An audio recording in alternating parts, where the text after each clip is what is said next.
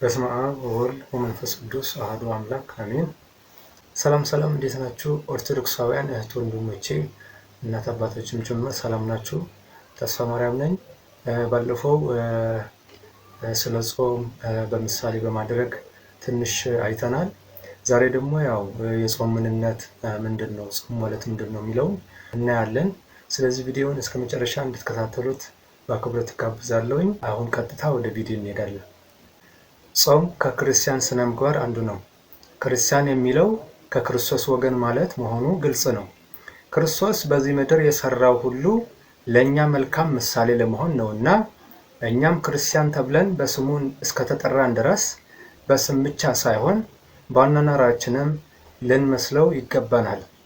እኔ ክርስቶስ እንደምመስል እኔን ምሰሉ እንዳለ ቅዱስ ጳውሎስ በአንደኛ ቆሮንቶስ ምዕራፍ 11 ከቁጥር 1 ላይ ጾሙም ክርስቶስ ከተግባር ካስተማረን ነገሮቹ አንዱ እንደመሆኑ ከክርስቲያናዊ ስነ ምግባር አንዱ መሆኑ አያጠራጥርም።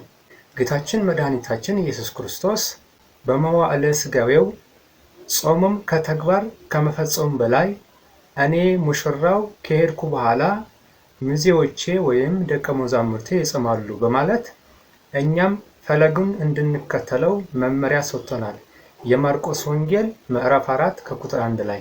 ስለሆነም በዚህ ቪዲዮ የጾም ምንነት እንማራለን። አንደኛ፣ ጾም ማለት መከልከል ነው። ጾም ጾመ፣ ተወ፣ ታቀበ ከሚለው የመጣ የግዕዝ ቃል ሲሆን ትርጉሙም በተወሰነ ወቅት ለተወሰነ ሰዓት ከእህልና ከውሃ በተለይም ስጋዊ ስሜትን ከሚቀሰቅሱ ምግብና መጠጦችን መከልከል ያመለክታል። ለአባታችን አዳም መልካምንና ክፉን ከሚያስታውቀው ዛፍ አትብላ፣ ከእርሱ በበላህ ቀን ሞትን ትሞታለህና ተብሎ የተሰጠው ትእዛዝ የሕገ ጾም ምሳሌ መሆኗን ሊቃውንተ ቤተ ክርስቲያን ያስረዳሉ። ኦሪት ዘፍጥረት ምዕራፍ 2 ከቁጥር 17 ላይ። በሌላ አነጋገር መጾም መተው የሚለው ራስ መግዛትን፣ ስሜት ማሸነፍን ያመለክታል። ዓይንን ክፉ ከማየት፣ ጆሮ ክፉ ወሬ ከመስማት፣ ምላስን ክፉ ቃል ከመናገር፣ እጅን ክፉ ስራ ከመስራት፣ እግርን ወደ መሸታ ቤት ከመገስገስ መከልከል ጾም ነው። ሁለተኛ፣ ጾም ማለት መለየት ነው። ጾም የአመጋገብ ስርዓት ለውጥ ብቻ አይደለም፣ አጠቃላይ የህይወት ለውጥ ጭምር ነው። በጾማችን ጊዜ ከፌዝ ከሳቅና ከስላቅ እንቆጠባለን። እንብላ፣ እንጠጣ፣ እንጨፍር ከሚሉ ባልንጀሮቻችን እንለያለን። በተጨማሪም ዲያብሎስ በምግብና በመጠጥ በኩል እንብላ፣ እንጠጣ በሚሉ ዘመዶቻችን ቀርቦ ፈቃደ ስጋችንን ቀስቅሶብን እንዳያስተንና እንዳያሰናክለን አርቀን የምናጥርበት ስርዓት ነው ጾም። ሶስተኛ፣ ጾም ማለት ፈቃደ ስጋን ለፈቃደ ነፍስ አሳልፎ መስጠት ነው። ጾም ፈቃደ ስጋን ለፈቃደ ነፍስ አሳልፎ መስጠት ወይም ማስገዛት ስንል በሶስት መንገድ የሚፈጸም ነው። አንደኛ፣ ቀጥታ የስጋ ፈቃድ የሆነውን ምግብና መጠጥ ለሰውነታችን መከልከልን ያመለክታል። ሁለተኛ፣ መብልና መጠጥ ውጤት የሆኑትን ማለትም ሰውነታችን ምግብና መጠጥ ካገኘ በኋላ የሚፈልጋቸውን ነገሮችን አስቀድሞ መከልከል ነው። ሶስተኛ፣ የስጋ ፈቃዳችንን ለማርካት ይውል የነበረውን ጊዜ፣ ጉልበትና ገንዘብ ሁሉ ለነፍስ ጥቅም መዋል ነው።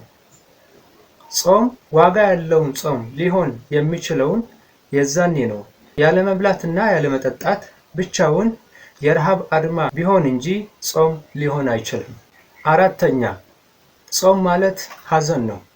ጌታችን መድኃኒታችን ኢየሱስ ክርስቶስ የመጥምቀ መለኮት ቅዱስ ዮሐንስ ደቀ መዛሙርት እኛና ፈሪሳውያን ብዙ ጊዜ የምንጾመው ያንተ ደቀ መዛሙርት ግን የማይጾሙት ስለምንድን ነው ብለው በጠየቁት ጊዜ ሚዜዎቼ ሙሽራው ከነርሱ ጋር ሳለ ሊያዝኑ አይገባም፣ ሙሽራው ከነርሱ የሚወሰድበት ጊዜ ይመጣልና ያን ጊዜ ይጾማሉ በማለት ነበር የመለሰላቸው።